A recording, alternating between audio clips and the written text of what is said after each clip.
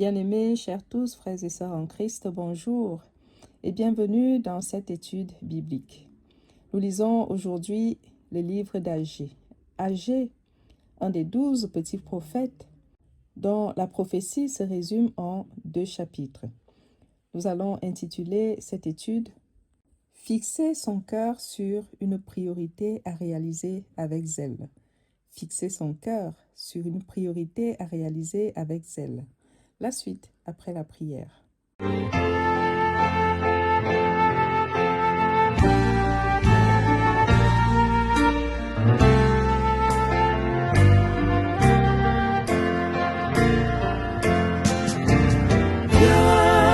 Esprit de Dieu vivant, sois le maître en moi.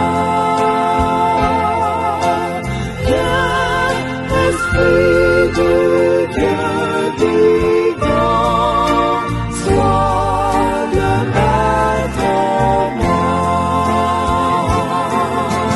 Sonde-moi.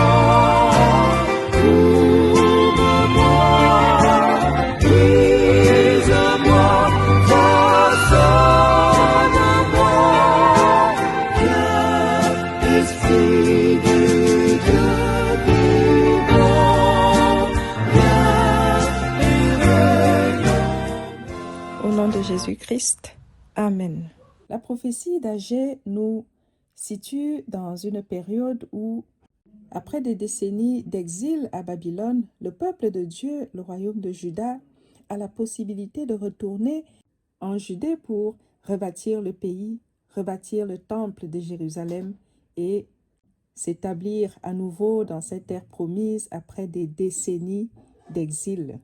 Dieu utilise le prophète Agée pour parler à Zorobabel, gouverneur de Juda, et Josué, grand prêtre de Juda. La prophétie d'Agée doit encourager le peuple juif à prendre les bonnes résolutions conformes à la volonté de Dieu dans ce retour d'exil. Agée dénonce le manque d'engagement spirituel du peuple juif qui semble impressionné par les ruines de Jérusalem et le travail qu'il y a à accomplir, à tel point que beaucoup se découragent, croisent les bras et décident de retourner à leurs activités une fois, plutôt que de rebâtir et surtout de rebâtir le temple de l'Éternel. Au chapitre 1, le prophète s'attelle donc à appeler le peuple juif à la reconstruction du temple. À la reconstruction du temple pour ne pas abandonner l'œuvre du Seigneur. Car à un moment donné, beaucoup ont laissé tomber l'ouvrage pour lequel ils sont retournés en terre promise. Beaucoup ont abandonné les efforts pour rebâtir le temple de l'Éternel et se sont livrés à leurs propres activités. Lisons le verset 7. Le verset 7 est un rappel à l'ordre de l'Éternel, où il dit au peuple juif: « Considérez attentivement vos voies. » J'ai lu la version Louis II. Si nous lisons la version Bible du Semeur, la même phrase, il est écrit « Réfléchissez donc bien à ce qui vous arrive. » Et dans la version second 21, il est dit « Réfléchissez attentivement à votre conduite. » Revenons à Louis II. Considérez attentivement vos voies. Avant d'arriver à ce reproche, au début du chapitre 1, le prophète dit la déception de l'Éternel face au comportement des Juifs. Au verset 2, il est écrit « Ce peuple dit, le temps n'est pas venu, le temps de rebâtir la maison de l'Éternel. » Poursuivons la lecture au verset 3 et 4. Il est écrit « C'est pourquoi la parole de l'Éternel leur fut adressée par Agée le prophète en ces mots. Est-ce le temps pour vous d'habiter vos demeures lambrissées quand cette maison est détruite? » Puis on tombe donc à cet ultimatum qui arrive au verset 5. « Ainsi parle maintenant l'Éternel des armées, considérez attentivement vos voies. » Et ultimatum qui est répété donc au verset 7 que nous avons lu au début. Ainsi parle l'Éternel des armées. Considérez attentivement vos voies. Cette mise en garde vient du fait que le peuple de Dieu a décidé de laisser tomber la construction, la reconstruction du temple. Et le verset 3 nous dit que le peuple juif de retour d'exil a décidé que le temps n'est pas venu de rebâtir le temple. Ils ont d'autres priorités. Selon eux, ce n'est pas le moment approprié pour rebâtir la maison de l'Éternel. Et à la place, ils ont décidé de se livrer à leurs propres activités. Ils ont décidé d'habiter leur demeure lambrissée. Ils ont décidé de rebâtir leur propre maison. Ils ont décidé de faire leur vie et de remettre à plus tard l'œuvre de l'Éternel.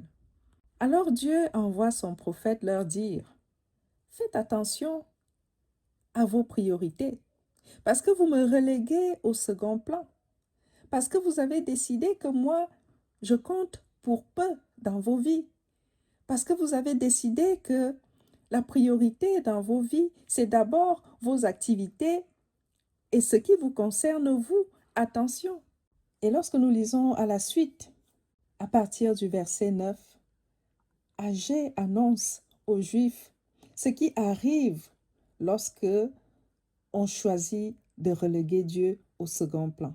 Ce qui arrive lorsqu'on remet au second plan ou à plus tard ce qui concerne l'Éternel parce qu'on estime que la priorité, c'est ce qui nous intéresse, nous. Alors il dit au verset 9, « Vous comptiez sur beaucoup et voici, vous avez eu peu. Vous l'avez rentré chez vous, mais j'ai soufflé dessus. Pourquoi? Dit l'Éternel des armées, à cause de ma maison qui est détruite, tandis que vous vous empressez chacun pour sa maison. » Poursuivons la lecture au verset 10 à 11. Il dit, « C'est pourquoi les cieux vous ont refusé la rosée, et la terre a refusé ses produits. J'ai appelé la sécheresse sur le pays, sur les montagnes, sur le blé, sur le mou, sur l'huile, sur ce que la terre peut rapporter, sur les hommes et sur les bêtes et sur le travail des mains. » En d'autres termes, Dieu transmet au peuple juif ce message, c'est que parce que vous négligez mon œuvre, ne croyez pas qu'en vous occupant de vos propres affaires, vous allez réussir quoi que ce soit. Parce que au final, vous allez s'aimer pour vous-même et vous ne récolterez pas. Vous allez travailler pour vous, mais je ferai souffler un vent qui ruinera tout ce que vous avez fait. J'enverrai la sécheresse et tous les problèmes possibles. Et vous serez perdant au final. Il arrive beaucoup de nos jours que le chrétien relègue Dieu au second plan. La vie en Christ, il y en a qui ne sont que chrétiens du dimanche. Quelques heures à écouter la parole le dimanche, et d'ailleurs parole qui n'a plus beaucoup d'effet sur certains. Et tout le reste de la semaine, on ne se comporte pas en chrétien, on ne parle pas comme un chrétien, on ne s'habille pas comme un chrétien, on n'agit pas comme un chrétien, on est loin des enseignements sur l'amour du prochain, et de plus, on n'est pas impliqué dans l'action évangélique au quotidien. Il y en a qui se souviennent qu'ils sont chrétiens uniquement le dimanche, et encore, le dimanche où ils veulent bien aller à l'église. L'implication dans l'action évangélique, l'implication dans les œuvres de diaconie, l'implication dans quoi que ce soit, ou même le soutien de l'église. Beaucoup de choses qui pourraient soutenir l'œuvre du Seigneur ou bâtir son église sont négligées par la majorité des chrétiens. Certains pensent que c'est la charge des autres. C'est aux autres de veiller à ce que l'œuvre se poursuive. On est bien content d'avoir reçu la bonne nouvelle, mais on n'a pas envie de participer à la propager à d'autres.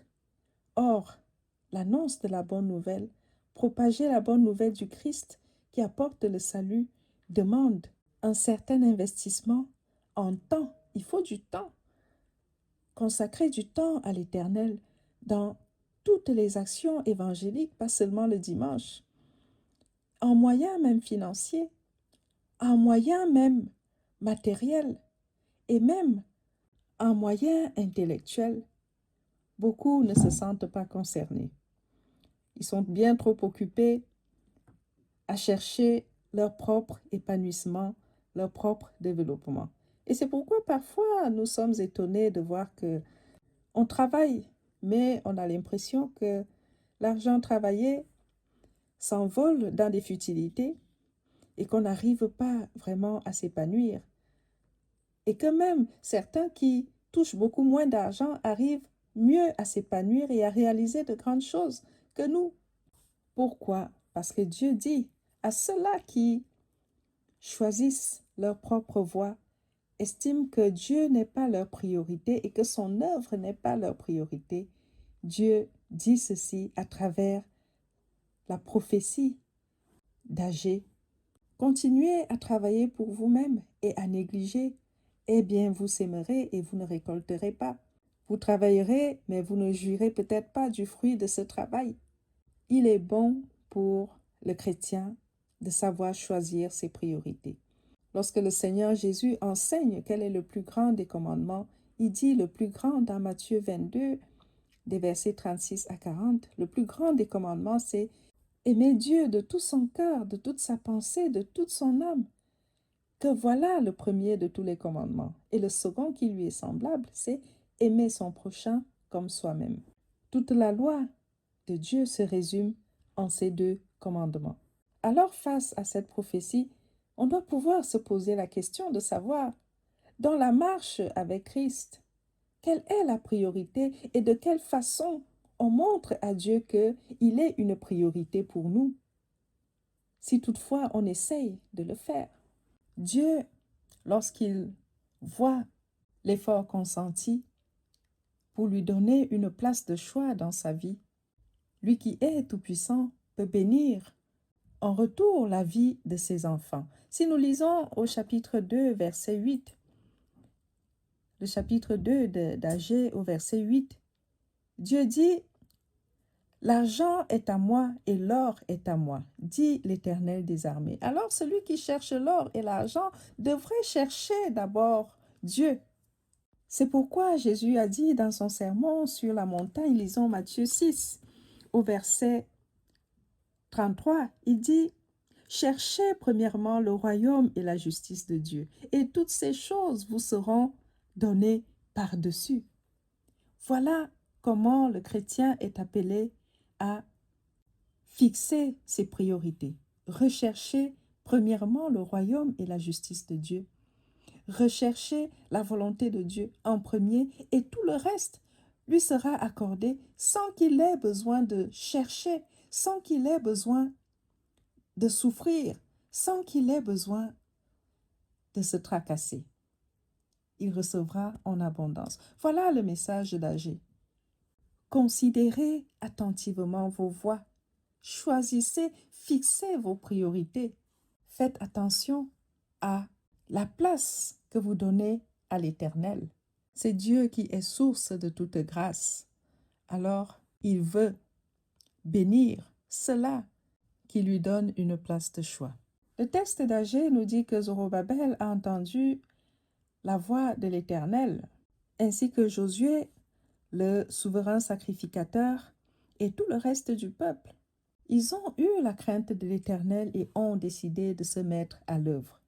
Alors, Dieu a tout de suite décidé de les soutenir, de les fortifier, de leur donner tout ce dont ils avaient besoin, tous les moyens nécessaires pour accomplir leurs tâches. Lisons au chapitre 1, verset 14, il est écrit, « L'Éternel réveilla l'esprit de Zorobabel, fils de Shealtiel, gouverneur de Juda, et l'esprit de Josué, fils de Jotsadak, le souverain sacrificateur, et l'esprit de tout le reste du peuple. Ils vinrent et ils se mirent à l'œuvre dans la maison de l'Éternel des armées, leur Dieu. » Plus de crainte donc pour ce peuple qui était découragé face à la grande ruine, à la désolation, qui s'imaginait peut-être ne pas pouvoir y arriver. Mais lorsque on agit pour la gloire de Dieu, quels que soient les obstacles et les difficultés, Dieu donne la force il donne les moyens, il donne tout ce qu'il faut pour réussir. Et Dieu a permis que le temple soit rebâti et qu'il soit encore plus splendide. Mais dans ce travail pour lequel le peuple juif s'est engagé, Dieu précise qu'il est important lorsqu'on s'engage dans son œuvre de se purifier. Agé exhorte donc le peuple juif à se sanctifier, à se purifier lorsque il s'engage dans cette œuvre pour la gloire de Dieu. C'est au chapitre 2, à partir du verset 10. Il est important pour l'œuvre du Seigneur de se sanctifier et lorsqu'on travaille pour la gloire de Dieu, il est important de le faire avec zèle, de fixer ses priorités et de savoir que Dieu n'aime pas occuper une place secondaire ou la dernière place. Savoir également que celui qui fait de Dieu sa priorité sera forcément béni. Voilà le message que nous tirons principalement de la prophétie d'Agé. Voilà, bien-aimés, pour cette prophétie d'Agé. Pour la prochaine étude, je vous propose de lire les chapitres 1 à 6 de Zacharie. D'ici là, que Dieu vous garde et qu'il vous bénisse. Amen.